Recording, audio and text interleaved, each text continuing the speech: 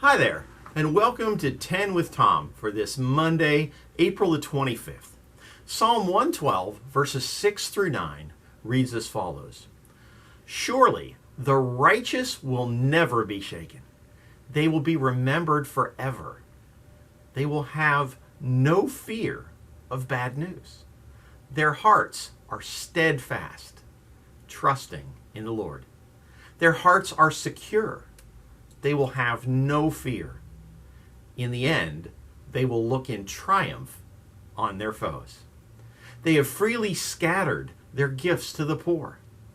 Their righteousness endures forever. Their horn, which symbolizes dignity, will be lifted high in honor. Look at a couple of those words again. The hearts of the righteous are steadfast and secure, or fixed, if you will.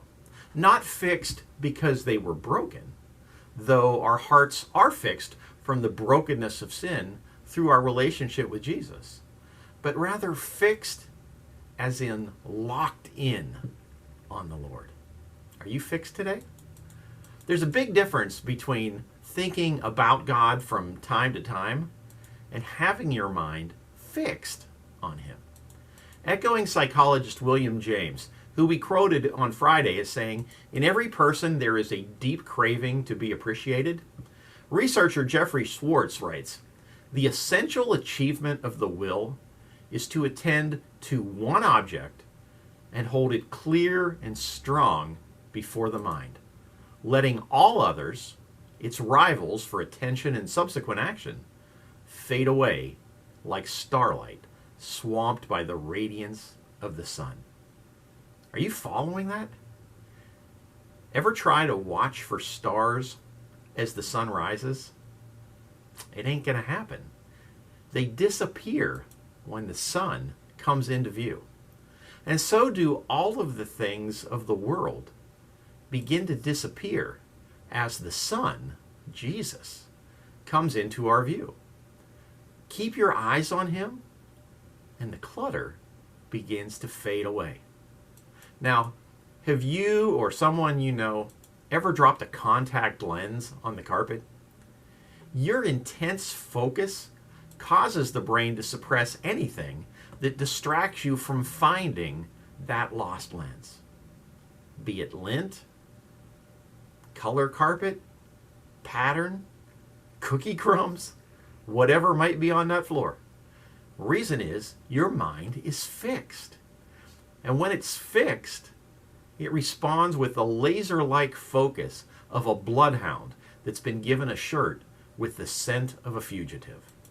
You know, it's amazing how often people see themselves as victims of whatever thoughts happen to run through their head.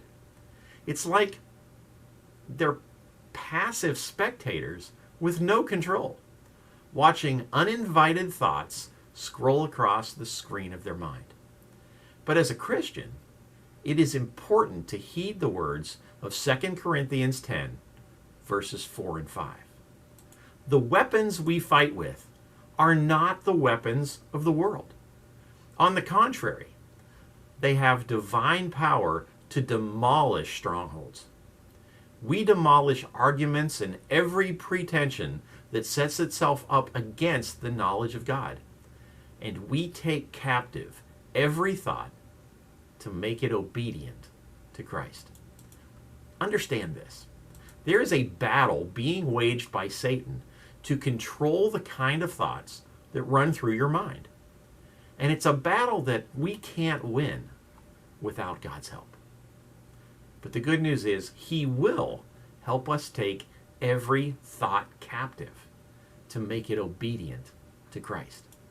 The ultimate freedom, one that nobody can take away from us, is the freedom to decide what your mind is going to dwell on. In describing truly blessed people, the psalmist wrote, their hearts are steadfast or fixed, trusting in the Lord.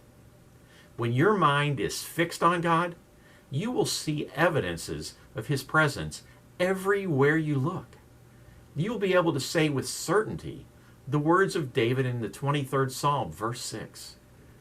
where David writes, surely, not maybe, surely your goodness and love will follow me all the days of my life, and I will dwell in the house of the Lord forever. So today and this week, keep your mind fixed on God. Or as I find myself constantly telling our students, focus. I found it interesting that this devotion comes on the heels of what we talked about with our youth last Wednesday night. And that was the word broken. In our present day language, we understand broken to mean unable to be used in its present state. But as we read David's words in Psalm 51, we find a different meaning. My sacrifice, O God, is a broken spirit, a broken and contrite heart. You, God, will not despise. At first glance, broken looks like we understand it. Crushed. But think in terms of horses. Horses need to be broken in order to ride them. That doesn't mean that we make the horses unusable, but rather that we train them to respond to their master to accomplish the master's desires. What a marvelous image that is. When we are broken, we are trained to do the things that God desires from us, things that enable us to glorify God and to carry out His will for us. When we are broken, our focus can be fixed on Him so that we aren't distracted by all of the things that would take our attention away from our Master. So we can look at this in two ways. When we are broken, Jesus fixes us. And once we are broken, we can fix our eyes on Jesus, the author and perfecter of our faith. Praise be to God for that.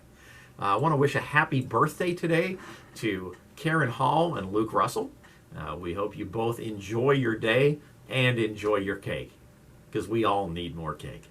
Also, want to remind all of our families with youth that there will not be Wild Wednesday for our middle schoolers this week, and no youth group on Wednesday night. Our partners at Reverb Church are away at a ministry conference this week, and since we're short-staffed, we're going to take a break from ministry this Wednesday, but we'll be back at it again next Sunday, and then Wednesdays will resume the following week. Also, a reminder that our VBS Summer Day Camp registration begins online this Sunday. Space is limited, so don't delay, and you can get more information by letting us know here at the church.